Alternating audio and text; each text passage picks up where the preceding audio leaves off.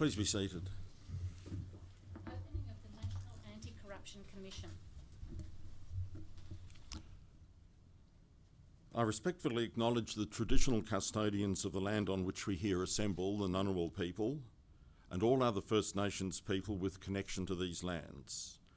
I pay my respects to their elders, past, present and emerging. I acknowledge also the traditional custodians of the various lands from which viewers are joining us virtually. And I extend my respects to all Aboriginal and Torres Strait Islander people participating in this ceremony. I recognise your continuing connection to land, waters, culture and community. This, the first week of July, is NAIDOC Week, during which celebrations are held across Australia to recognise and celebrate the cultures, histories and achievements of Aboriginal and Torres Strait Islander peoples. It is also an opportunity for Australians of all backgrounds to learn about First Nations cultures and histories and to participate in the celebrations of the oldest continuing living cultures on Earth. We are honoured by the presence today of the following distinguished guests. From the Attorney-General's Department, which has played a major part in the work which has been undertaken to establish the Commission, Secretary Catherine Jones PSM, Deputy Secretary Simon Newnham, and Assistant Secretary Lucinda Atkinson. From other Commonwealth integrity agencies, with whom this Commission will have important relationships, Mr Rhys Kershaw, Commissioner of the Australian Federal Police, the Honourable Christopher Jessup KC, Inspector General of Intelligence and Security, Mr James Gaynor CSC, Inspector General of the Australian Defence Force, and Mr Scott Brookhard PSM, Acting Commonwealth Director of Public Prosecutions. From the State and Territory Commissions, with whom we will cooperate and from whom we have much to learn, Ms Judy Lind, Chief Executive Officer, representing the Honourable Michael Adams, Commissioner of the ACT Integrity Commission, and the Honourable Peter Johnson SC, Chief Commissioner of the New South Wales Law Enforcement Conduct Commission. Others are participating virtually, including, I believe, Mr Greg Mellick, AOSC, Chief Commissioner of the Tasmanian Integrity Commission, who I'm told spent last night at Lord's. Ms Gail Furness, SC, the Inspector of the Commission, Ms Sue Robertson, Head of the APS Integrity Task Force in the Department of Prime Minister and Cabinet, and Mr Ian Temby, AOKC, the inaugural Commissioner of the New South Wales Independent Commission Against Corruption, the first corruption commission in this country. Since it was established 34 years ago, every state and territory has established a similar commission. The environment we enter is significantly different, due in no small part to his pioneering work. As a result, there will be differences in the nature of our work and the way we go about it, but there is still much to be learnt from his experience. Also present are many members of the staff of the Commission. Many more around the country are participating virtually. Together, today, we introduce to the people of Australia your National Anti-Corruption Commission. Seated with me on the bench of the Commission are, to my immediate right, Deputy Commissioner Ms Nicole Rose, formerly Chief Executive Officer of AUSTRAC. To my left, Deputy Commissioner Ms Jarla Hinchcliffe, formerly the Integrity Commissioner in the Australian Commission for Law Enforcement Integrity. And to my far right, Deputy Commissioner Dr Ben Gauntlet, formerly the Disability Commissioner. Together with the Chief Executive Officer, Mr Philip Reid, formerly Chief Executive Officer of the New South Wales Independent Commission Against Corruption, who is seated on the crossbench, we constitute the statutory officers of the Commission. Each of them is eminently qualified and suited for the large tasks that await us by learning, and integrity. Together, they bring to the Commission diverse and extensive experience. We've already been working together over the last month or so in anticipation of the Commission's commencement, and I am very grateful and fortunate to have their support. Since Saturday the 1st of July, Australia has had a national corruption agency with general jurisdiction pertaining to the Commonwealth public sector. Today is the first weekday since the National Anti-Corruption Commission came into existence and commenced operations. This is an historic moment, representing the convergence of several streams. First and foremost, the people of the Commonwealth are no longer prepared to tolerate practices which might once have been the subject of, if not acceptance, at least acquiescence. You have clearly expressed the desire for a Commonwealth anti-corruption agency. Secondly, a government with a mandate to act on that desire and with an agenda to strengthen integrity across the Commonwealth public sector has legislated to establish this independent commission. In doing so, it has enacted legislation which embodies the best practice principles for corruption commissions. These include the ability to consider referrals from anyone, the ability to commence an investigation on our own motion, a requirement for the heads of Commonwealth agencies to refer allegations of corruption to us, the ability to conduct hearings to obtain evidence, including to summons witnesses, to require production of documents, and to take evidence under oath or affirmation, the abrogation of the privilege against self-incrimination, balanced with use immunity provisions to ensure that evidence so obtained can't be used against the witness in a criminal prosecution, the ability to require the production of information, the ability to refer matters to a prosecuting authority, the ability to make recommendations, the ability to report on investigations and make public statements, a corruption prevention function, a sufficient and predictable budget, transparency of appointments, and appropriate oversight. And the third stream is that the leadership of the Australian Public Service has adopted the objective of ensuring that the public service embraces a pro-integrity culture. This confluence makes this potentially an inflection moment when we can make an enduring difference in the ethics and integrity of the governance of the Commonwealth. Above all, this commission is the realisation of an aspiration of the people of the Commonwealth. We know that you are watching expectantly, and we are very conscious that it is in your interests and for your benefit that we must exercise our functions.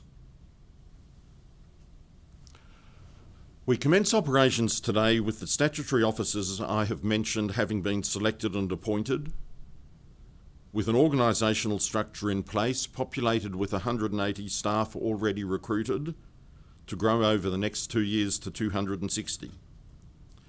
We operate from existing premises in Canberra, Sydney and Melbourne, and in the next few months this will extend to Brisbane and Perth, where premises have already been secured. Also in the next few months, our Canberra offices will move to a new purpose-designed facility which is currently being fitted out, including a public hearing room. We've designed and implemented procedures for receiving and assessing referrals. By 5 p.m. yesterday, we had received 44 referrals online and 5 telephone requests for callbacks, which will happen today.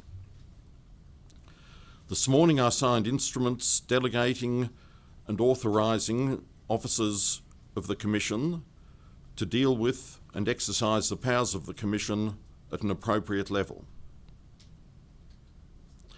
That we can begin operations in this way on the day we come into existence is due to the diligent work of a joint project team of the Attorney General's Department and ACLEI, and I pay tribute to their enormous efforts, which have set the conditions for us to commence our work immediately. The new Commission absorbs the former Australian Commission for Law Enforcement Integrity. It has become very evident to me that in recent years, under the leadership of now Deputy Commissioner Hinchcliffe, ACLEI has undertaken much high-quality but low-visibility work of great importance, some of the fruits of which are yet to be seen in public. The work and heritage of ACLEI will live on in the new Commission.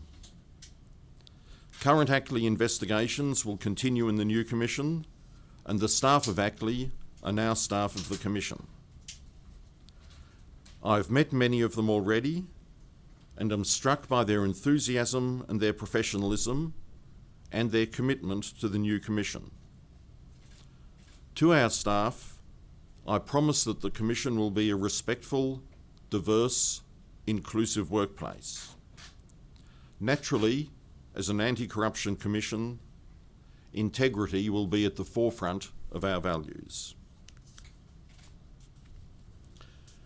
The mission of the National Anti-Corruption Commission is to enhance integrity in the Commonwealth public sector by deterring, detecting and preventing corrupt conduct involving Commonwealth public officials through education, monitoring, investigation, reporting and referral. The Commission's jurisdiction is concerned with corrupt conduct that involves Commonwealth public officials. Much of the public debate has been concerned with parliamentarians, but the Commission will also be concerned with corrupt conduct involving public servants, individuals engaged in assisting Commonwealth agencies, consultants, and contracted service providers under Commonwealth contracts. Commonwealth public officials wield great power that can massively impact, for better or worse, the lives of communities and individuals.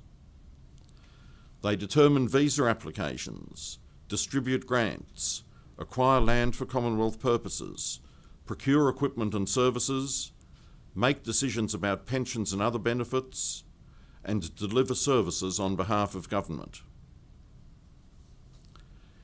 Integrity in governance is fundamental to ensuring that decisions such as these are made in the public interest, unaffected by private interest, and that resources are applied for the benefit of the people for whom they are intended, and not eroded or diverted. Integrity involves making decisions and giving advice honestly and impartially, on the evidence and the merits, in the public interest and without regard to personal interest.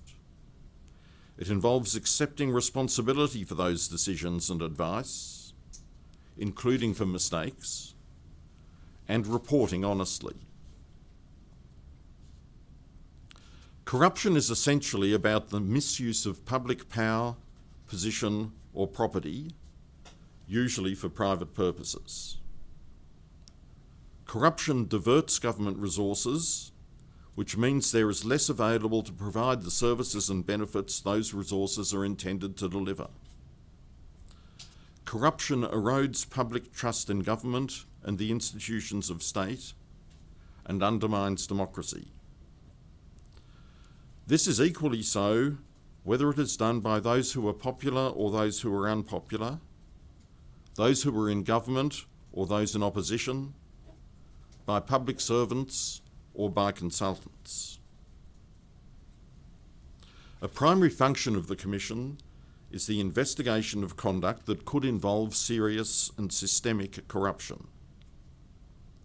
It is through detection, investigation and reporting that corrupt conduct is exposed, and through the risk of such exposure that more corrupt conduct is deterred. Anyone can refer a question of whether there has been corrupt conduct involving a public official to us, preferably by our online web form or by telephone. We will listen to you. In my experience, most apparently querulous complaints have their seed in a legitimate grievance that was not properly addressed at the outset. We will assess every matter that is referred to us to see whether it is within our jurisdiction, that is, whether a Commonwealth public official is involved, to see whether the conduct alleged could amount to corrupt conduct, and to decide whether it should be investigated. That does not mean that we will investigate every matter that is referred to us. It's important to appreciate that mere mistakes, even negligent maladministration, are not in themselves corruption. We cannot resolve disputes nor review decisions. The experience of other corruption commissions is that only a very small proportion of matters referred ultimately reach the stage of full investigation. In deciding whether, and if so how, to deal with the matter, we will consider the seriousness and scale of the conduct, whether there's a realistic prospect of finding corrupt conduct, and whether there have been other investigations of it, or whether it's preferable that another agency investigate it. Above all, we will be concerned with whether and to what extent a corruption investigation by the Commission is likely to add value in the public interest. Our focus will be on issues of corruption that are potentially serious or systemic. Serious requires something that is significant. It involves something more than negligible or trivial, but it does not have to be severe or grave. Systemic means something that is more than an isolated case. It involves a pattern of behaviour or something that affects or is embedded in a system. We will more likely be interested in investigating matters that have current practical relevance rather than those that are historic. Not only can anyone refer corruption issues to the Commission, we can also investigate matters of our own motion. The Commission is obviously aware of a number of matters which have been mentioned in the media and elsewhere as potential subjects for investigation. We will assess all the matters of which we are aware to decide whether they should be investigated. Again, relevant considerations include, above all, whether a corruption investigation by the Commission would add value in the public interest, especially in the light of any other inquiries or investigations that are happening, and whether there is any real prospect of a finding of corrupt conduct. Again, we may decide to investigate some of these matters in order to clear the air, even if there does not appear to be a significant prospect of a finding of corrupt conduct. We conduct corruption investigations, not criminal investigations. There are other agencies for criminal investigations. If as a result of a corruption investigation we are satisfied there's been corrupt conduct, we will issue a report with a finding to that effect. Such a finding is a serious one, not lightly to be made. But it is important to recognise that conduct can be corrupt without being criminal, and that we do not make findings of criminal guilt to which different rules of evidence and proof apply. If there is evidence of criminal conduct, we may refer it to a prosecuting agency. But it is precisely in the area where it may not be possible to establish criminal conduct to the high criminal standard of proof that the Commission's work can be most important in enhancing integrity by investigating and exposing corrupt conduct even where it cannot be prosecuted in a criminal court.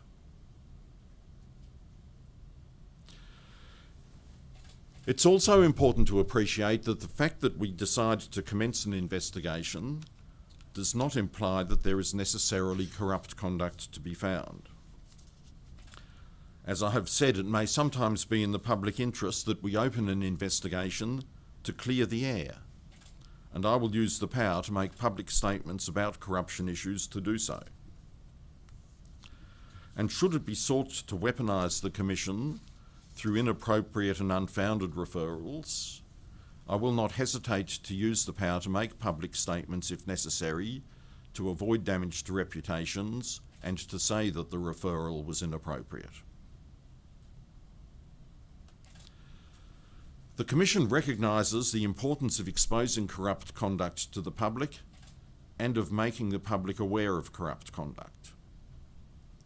We are also conscious that our work should be subject to public scrutiny, and so we will operate with as much transparency as we properly can.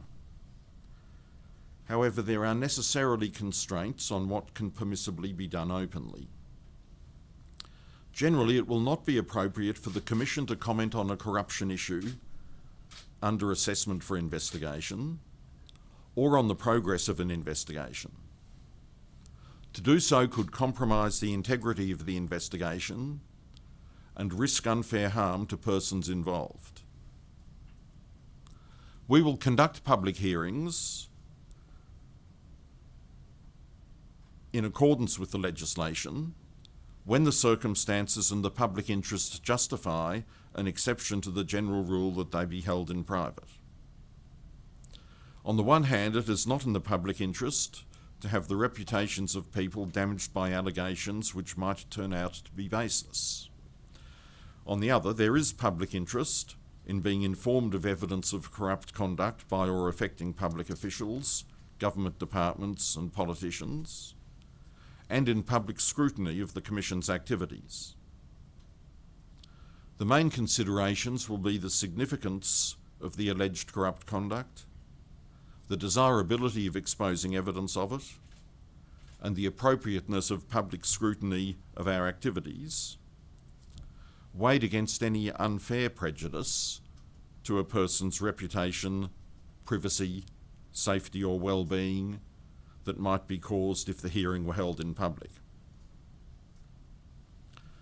We aim to complete 90% of investigations within 12 months. We expect there will be some more complex investigations in which it will take longer to elicit and establish the truth. Our work will involve not only the detection and investigation of corrupt conduct, but also its prevention through educating the public sector and the public about corruption. The Commission will provide guidance and information to help public officials understand and address vulnerabilities to corruption. By enhancing a culture of transparency and integrity, we will harden the Commonwealth public sector against corruption and support the public service-wide integrity reform agenda. We can help agencies and governments avoid falling off the integrity track, and I see that as a very important aspect of our role. One thing we will do in public is to conduct inquiries into corruption risks and vulnerabilities and measures to prevent corruption in Commonwealth agencies and in Commonwealth programs. For example, we may conduct a public inquiry into risks and vulnerabilities not involving a specific allegation of corruption in a program in which contractors are used by a government agency to deliver benefits intended for members of the public.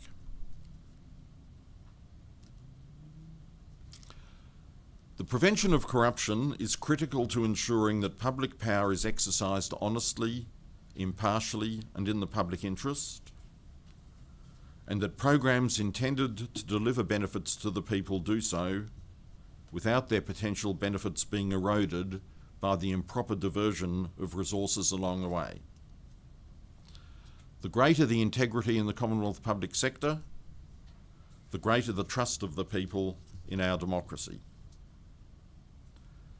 My aspiration is that this Commission become and be a respected part of the machinery of our democracy. I want the Commission to have the reputation of being fearless but fair, independent and impartial. While the legislation gives us great powers, with that comes great responsibility. The legislation has inbuilt guarantees of procedural fairness and other oversight mechanisms, including the Inspector and the Parliamentary Joint Committee, to ensure that we use those powers responsibly and fairly. Our independence supports us to be fearless. The Commission is impartial and independent from government. I have been appointed for a fixed term of 5 years without any hope or possibility of reappointment. I cannot be dismissed except for proved misbehaviour or incompetence, and I cannot be reappointed. I have nothing to gain from favouring and nothing to lose from offending any government of the day, present or future. I undertake to you, the people of the Commonwealth, that I will, to the best of my ability, fearlessly, fairly, and impartially discharge the duties of this office. And now there is work to be done. The Commission will now adjourn. Distinguished guests are invited to join us in the adjacent room for light refreshments. The staff will show you the way. The Commission will now adjourn.